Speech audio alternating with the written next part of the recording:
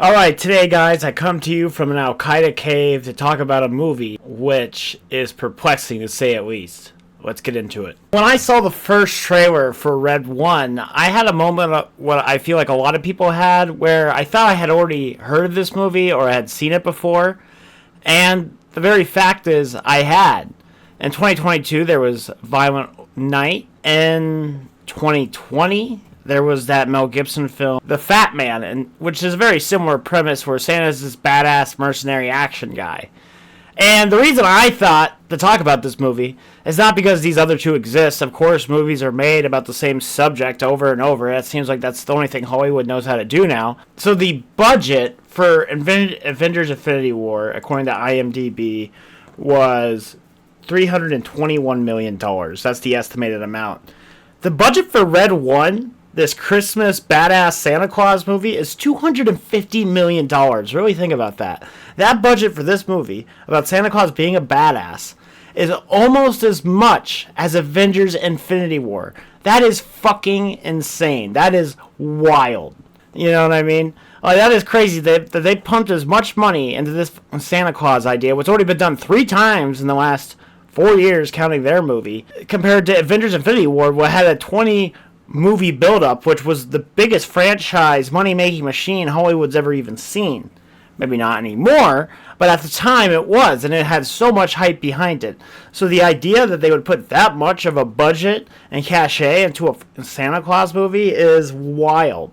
It's absolutely crazy. This movie's budget to Violent Night's budget, the 2022 film, in its box office. The reason why we aren't doing Mel Gibson's The Fat Man is that movie released during COVID, so those numbers are going to be all fucked up and weird. So yeah, let's get into it. Violent Night had a budget of about $20 million and made a box office of about $76 million. Now, this is important because if you think about it this way, for every $1 spent on Violent Night, they spent $12.50 on Red 1. So that just doesn't show how outrageously over budgeted this movie is. I don't know what else will. Another thing to note with this movie being a Christmas movie is it's coming out in October. This movie is it's already out. It's in October. Halloween hasn't even happened yet. Why would you spend all this money and get all this talent?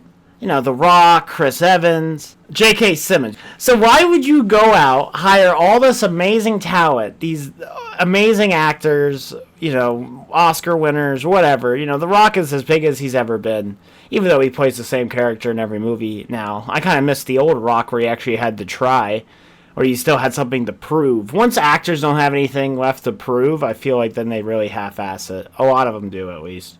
Maybe that's not all of them. Some of them still try to their very last day. Looking at you, Michael Caine. Why would you get all these actors? Why would you spend this absorbent amount of money and drop this shit in October? It just doesn't make a lot of sense to me. You think if you're going to put all that effort and time into production and money, that you would drop it at a reasonable time. So the timing's off, the concept's kind of old. And let's talk about the last thing I want to talk about with this movie is if you look at Christmas movies from boxoffice.com, according to them, the highest grossing Christmas movie of all time is Home Alone. Home Alone made $285 million at the box office. So even if this movie made $300 million and was the most successful Christmas movie of all time, not taking marketing into the equation, which definitely would raise the price of this movie so much higher, this movie would have, made $50 million. And that's being generous, extremely generous, probably not even in La La Land of generosity. So it is just insane to me that they gave this movie this amount of budget, and it just turns out to just be a huge wet fart. And it really makes me question if it's just like a money laundering thing or just it's shocking. It's shocking how mismanaged and not thought out this whole entire movie was. At least I'm happy for Chris Evans getting work outside the MCU. But other than that, I think it is wild. And I think the movie's only made like $30 million in its opening week. Definitely not going to make all of its money back. It's going to be a huge wet fart. I don't think it's a very good movie either. So it's not like it's going to really get that word of mouth and really become profitable in any sense of the word. So just a wild tale of maybe Hollywood's ignorance and I'll be interested to see, you know, if there's any fallback or if we hear why, anything about the background of this movie. I'd be very interested in that to see why, who, what, where. You know, who, what, where, why was this made? And yeah, that's pretty much it. See you guys on the next one.